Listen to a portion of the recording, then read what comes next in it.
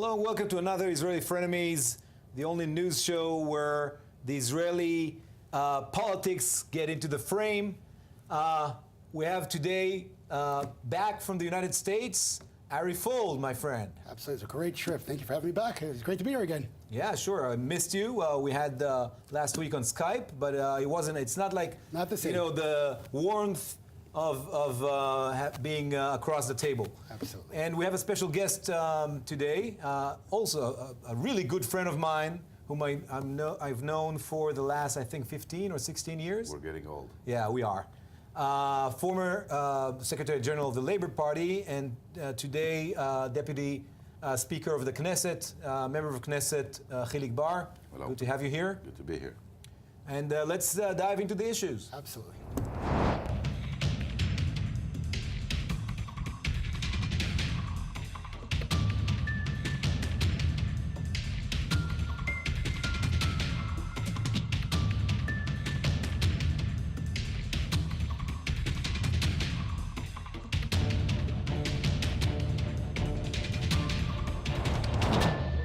This week there were the primaries for the Labor Party in the Knesset, and we've seen this party go from the leading party in Israel, a long history, of this party, of the Labor Party, and now they're really fighting to kind of like come up to the surface again. How do you explain what's going on here with the Labor Party?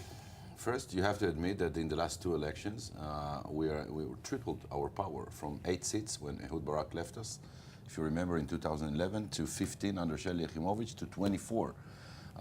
In 2015, when actually Isaac Herzog doubled the number of votes in just 2 years, from 400,000 under Sheli Yachimovich to 800,000 under Herzog. And you see that, Uri will agree with me probably, the bloc itself also got bigger, a little bit bigger. So all those who are saying that the entire people is going to the right wing and the left is gone, I think that it's too soon to say it. I think that we are getting a lot of power. Of course, the mistakes of the government and the fact that they are not doing enough in the social affairs will bring the Israeli people to the understanding that we need a change, and I hope that we will be the change. Well, it's been 9 years now that the right has been in government, I would say. And what shocked me was the discussions within labor was not let's talk about how do we make peace or how to deal with this. It was let's get Bibi out of office. And I find that strange. Again, like I said, the Labor Party was one of the parties that built this country. And the whole discussion is who's better to get Bibi out. And it seems to me a little bit, I don't want to say childish, I don't mean to insult anyone, but it seems to me a little bit silly. In other words, there are real issues going on, and all I hear is who's going to get Bibi out of government. First, I totally agree with you. I was Secretary General in the last campaign, and I told him that it's a mistake to say just not Bibi, or let's make Bibi go home. We have a lot to say to the Israeli public. Besides establishing the state of Israel, we have the right ideas, at least I believe so, on the socio-economic platforms. We have the right idea of how to solve the Israeli conflict, or at least we're willing to try to solve the Israeli conflict and not just to freeze. And that's why I agree with you when we should have said, Israeli people, this is what we are going to do once we will have prime minister, not why the other one. I'm against negative campaign. I think it's not working. President Trump is a good example of how it's working to the other side. Yeah. But Hilik, with regard to Netanyahu, don't you think that Herzog, I mean, the voters, the members of your own party, basically ousted Herzog because he was very weak vis-a-vis Netanyahu. He did not criticize Netanyahu, as you say. I mean, he was very open about wanting to get into the government. And your own membership, your own voters said, this was not enough. And I would add, don't you think that Netanyahu is a personification of something that's going on in Israel, and that's why so many people want him out? I agree. The problem wasn't Herzog at the beginning. With Herzog won big time over Sheli Yachimovich in the primary election, and then he got 24 seats, so he had everything in his hands in order to be a great opposition. What killed Herzog politically was the very bad mistake of trying to crawl into Netanyahu government. Our voters said, listen, we don't want you to join Netanyahu, we want you to beat Netanyahu, and if you didn't beat him this time, let's make an amazing opposition and show Israel again what we can do instead of Netanyahu when we will be there. So almost half of this 2 years term was, will we be in Netanyahu's government or not? It was a big mistake. Most of the faction, including myself as a Secretary General, told Herzog that it's a big mistake and didn't agree to join Netanyahu's government, even if it will happen. People spoke about maybe a future split in the party. I thought it wouldn't happen, but again, this is what killed Herzog politically, and I think that it was a big punch in his face. It was from good intentions. Herzog is a good personal. He cares about the country, but he should have known that Bibi is not a partner, definitely not for peace. You're now supporting Amir Peretz. We have now next Monday. We're going to have 2 out of 8, was it? And the 2 that survived the first round were Amir Peretz, who was in the past the chair of the Labor Party, and Avi Gabay. A newcomer, was a minister actually in Netanyahu's cabinet from the Kulanu party, left the Netanyahu cabinet after Lieberman joined the cabinet. And my question to you is, Gabay is bringing something new. We hear that Ehud Barak, the former prime minister, former leader of the Labor Party, is supporting him. Sheli Yachimovich, the former chair of the Labor Party, is supporting him. He gets a lot of support. He's a wave of fresh air. Why do you support Amir Peretz? First, most of the Labor voters supported Amir Peretz in the first round. So it means that they see Amir as a leader that can lead us to new dimensions, to new and better future. Avi Gabay is a good person. He's a newcomer, but it's not enough to be a good person. When Avi Gabay joined the party more than 6 months ago, I was Secretary General. I blessed him. I told him that it's important that he left Netanyahu government and joined us. I suggested him not to run to be the chairman because the chairman of the Labor Party, not like the chairman of the Jewish Home or Meretz, is a candidate. Good that he didn't take your advice because he's one step away from being the chair. I think that not, but let's see. In just a couple of days. If he was the chair again of Meretz or the Jewish Home, it was okay because he's a nice leader, he's a good leader. But if he wants to be, or if the Labor wants its leader to be the candidate that will beat Netanyahu as a future prime minister, it needs to be someone else, someone with approved leadership, with the experience. Listen, this is Israel. We're in the middle of the Middle East. We have amazing and huge challenges, okay? We cannot gamble on new leaders. This is not a fashion party. Now, I suggested that Avi Gabay will join. We'll have some time in the party. We will know who he is exactly in the socio-economic. Do you know if he's a socialist or a capitalist? I don't know. Do you know exactly what his ideas about the 2 states, what will happen in the Jordan Valley? Well, I don't know. And this is the Labor Party, again, with our history. This is why, with Amir Peretz, who have advantages and disadvantages, more advantages, of course, I know that he have a political backbone of socio-economic issues, and definitely on the 2 states and the Israeli-Palestinian conflict. I know who to trust. I know his good points and bad points. I know that he's a leader. So, Mr. Bar, I want to go back a little bit because, again, you just said he's the best person to beat Netanyahu, which is exactly the point that I said before. But I want to discuss more if you really think the Labor Party can lead the nation. In other words, you spoke about the 2-state solution. In 2013, I believe you spoke in a foreign parliament. It was in England, I believe. And your plan for the 2-state solution was that Jews should live under the Palestinian state.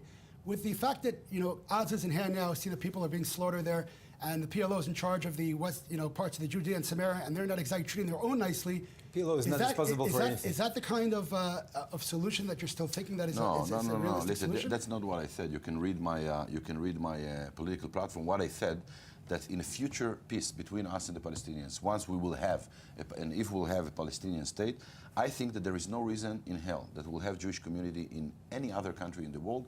And is there a Muslim state that we have a Jewish community? Where? Is there a Muslim state? First, we used to have, and there is. Morocco, Iran. That lives peacefully with freedoms? Look, Morocco, they're not free. They're not equal Morocco, citizens. they're very free. Citizens. They're very free. They're not equal citizens. I want to tell you They something are about equal it. citizens. You're just saying stuff that is pure lie. Morocco, Jews are not equals. In every Islamic country, there's dhimmi. They are not equal citizens. Unlike the halachic state you want, in Morocco they have a law, not the law of Sharia. Let's stay focused for a second. Again, I think we're talking about the 2-state solution. In terms of the solution we're talking about, you said there's no reason that Jews should not live under the Palestinian Authority. What I Authority. said is that in a future agreement, Jews should be at least offered to stay in their homes and not to tear them apart like happened in Gaza. Definitely not unilaterally. Not like Uri, by the way. I was against the disengagement. Who from said Gaza. I? You were? Okay. Balin, whom I used to work with, was very You're right. critical. You're right. The guy who voted for the disengagement was Benjamin Netanyahu. No, I agree with you, by the way. But I said, again, we have a Jewish community in every other country. There is no reason that we will not have a Jewish community in our most immediate and close neighbor, which will be a demilitarized state. And again, I'm not forcing anyone to stay. And of course, I know what you wanted to say, but we will take the necessary measures. You know what? I will tell you something even more extreme. The only Jewish community in the world that theoretically and maybe practically Israel will be able to defend will not be the one in Brussels, which was butchered, and in Paris that was had a suicide attack in a Hyper Kasher. It will be the Jewish community in the future demilitarized Palestinian state. And again, we saw it happen in Gaza. That didn't work. No, Gaza is not a state. Gaza is not a state. Gaza is not a state. And we went out of Gaza unilaterally. It was a mistake, and this is why it became a Gazastan. I'm talking about something that you cannot see right now. About days after we will have a peace agreement with the Palestinians, with the security measures, you know what, maybe that these communities will have. I will not leave any Jewish to his own destiny under millions of Palestinians that will march to butcher them. It will not be the case. By the way, you are testing the things under glasses of conflict.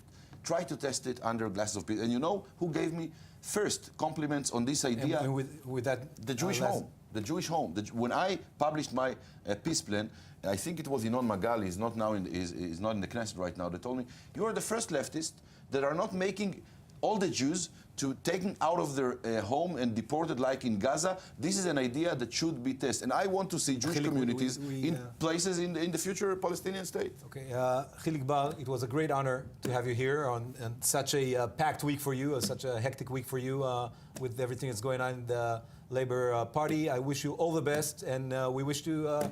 We hope that you'll come here again in the future. And good luck with the elections. Yeah.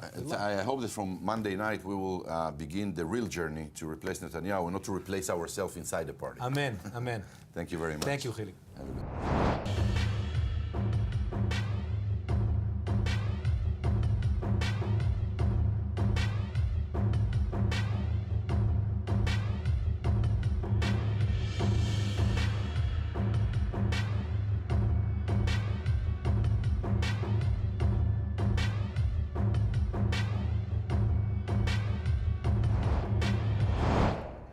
So, Ari, this week, the mayors of Tel Aviv and the mayor of Givatayim, a suburb of Tel Aviv, decided to oust religious organizations that worked within the educational systems of both Tel Aviv and Givatayim under the allegation that they are trying to influence the secular kids of Tel Aviv and Givatayim into a more religious, more, how would I say it, right-wing point of view. This comes on a background of some work that's being done by secular parents who claim that under Minister Bennett, the Minister of Education, who's also the chair of the Jewish Home Party, the party of the Zionist religious stream in the Israeli politics, those organizations flourish and try to what they call brainwash secular kids. Before I say what I think about it, I want to hear you. So let me make something very clear. I mean, I was brought up in the States, in New York, and I'm fully against religious coercion. I don't believe that you can make anyone warm with religion or love religion if you blast them. We know that already from the Bible. We know it didn't work. And I don't think it would work. Growing up, my friends did not, belong to the Orthodox, to the Reform. This is a sickness that we have in Israel. And in America, they're less loud about this issue. So I don't believe in religious coercion of any sort. I really, really do not.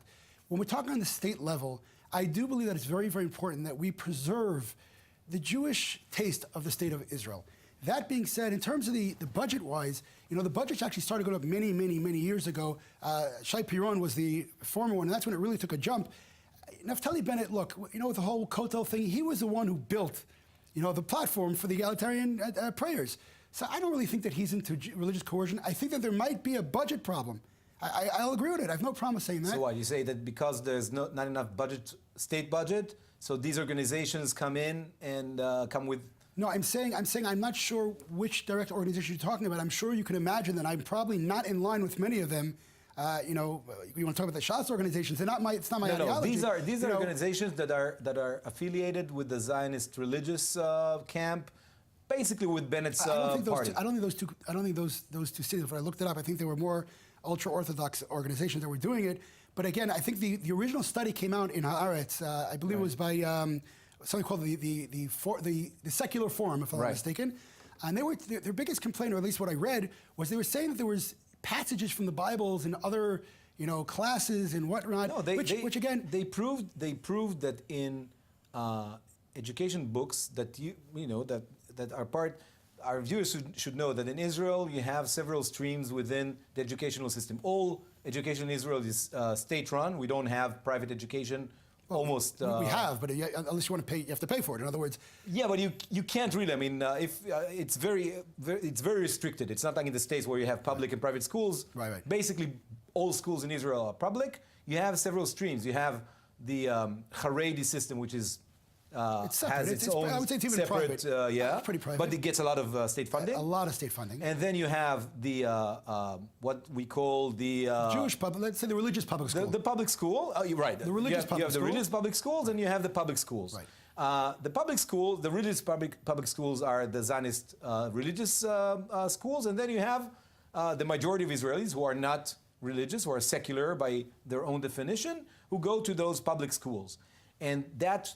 Secular Forum found that first of all, the Secular Forum doesn't represent all those schools. No. I'm not saying that. It's a separate forum. These are parents, but they had research. They found that in books, in issues that don't have anything to do with the Bible or anything like that, but on math and geometry and things like that, you found some religious passages from the Bible, or not only that, passages that praise the lifestyle of religious.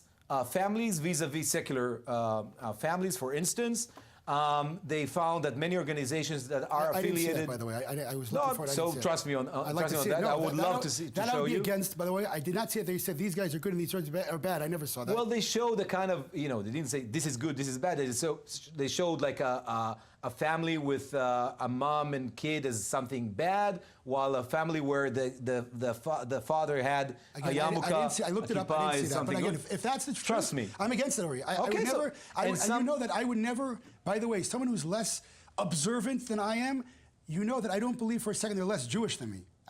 At all. So I'm totally opposed to what you know. If that is the truth, I'm opposed to it. That's what they found. But I think that, and more so, Bennett said that there is no such thing. No, he said there's no coercion. There's no coercion, but then the ministry that he's responsible for took out some of those books out of the curriculum because they found that indeed there was some influence there. Right, so I think the biggest issue, I think we'll agree, is the budget. In other words, a lot of money is going to these religious, organizations that are going to the educational system and as the right will put it, trying to give a little bit of Judaism to the schools, as the left would put it, say we're probably trying to brainwash the kids. But there's over 200 million shekels that went to religious studies under Bennett. Right. So I just want to again, Uri, we spoke. So about there is budget, but for that, I understand. I'm saying that's what we're talking about. But in these two municipalities we spoke about, your party actually voted for it. In other words, Meretz voted for, and some of them are even Shas, which is the ultra-Orthodox.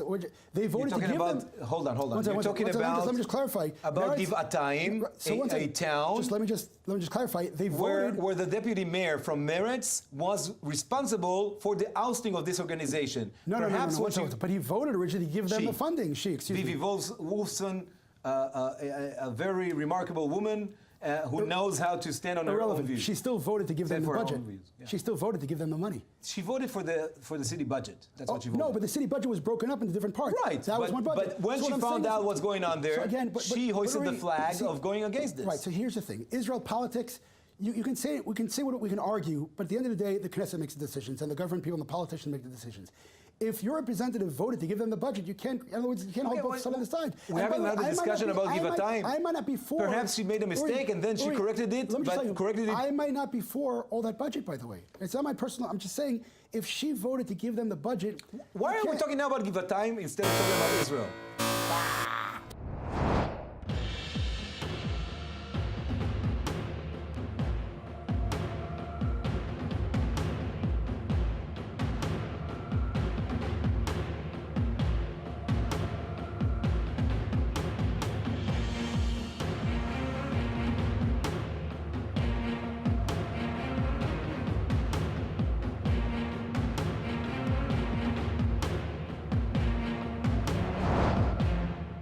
Jerusalem seems not to be able to get out of the headlines, and this time it's a little bit surprising what happened.